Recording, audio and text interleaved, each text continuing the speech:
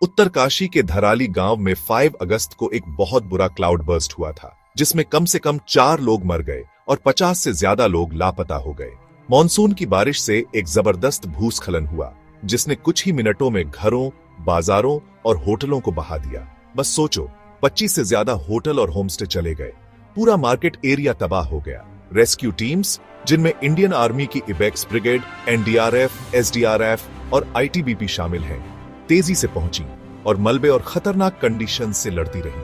अब तक 130 से ज्यादा लोगों को बचाया जा चुका है, लेकिन बिजली और सड़कों जैसी जरूरी सर्विसेज के टूट जाने और आर्मी के लोग भी लापता होने से यह संकट अभी खत्म नहीं हुआ है। इस तबाही का कारण क्या था?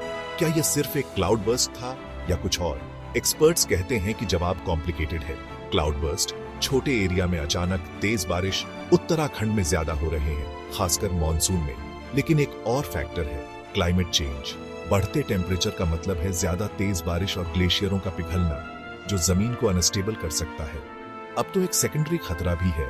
गंगा भागीरथी नदी में सारे मलबे से एक झील जैसा ब्लॉकेज बन गया है, जिससे अगर वह फट गया तो और बाढ़ आने का डर है। अथॉरिटीज ने नदी के किनारे रहने वाले लोगों को अलर्ट रहने की चेतावनी दी है। अफसोस की बात है कि हिमालय में ऐसी त्रासदी पहली बार नहीं हुई है।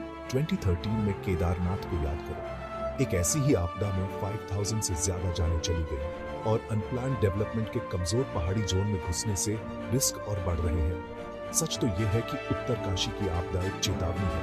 अगर हम क्लाइमेट चेंज पर काम नहीं करते और इन रीजंस में कैसे निर्माण करें, इस पर फिर से नहीं सोचते, तो ये त्रासदी बार बार होती रहेगी। आइए और सर्वाइवर्स की उम्मीद करें और अगली तूफान आने से पहले सबक सीखें।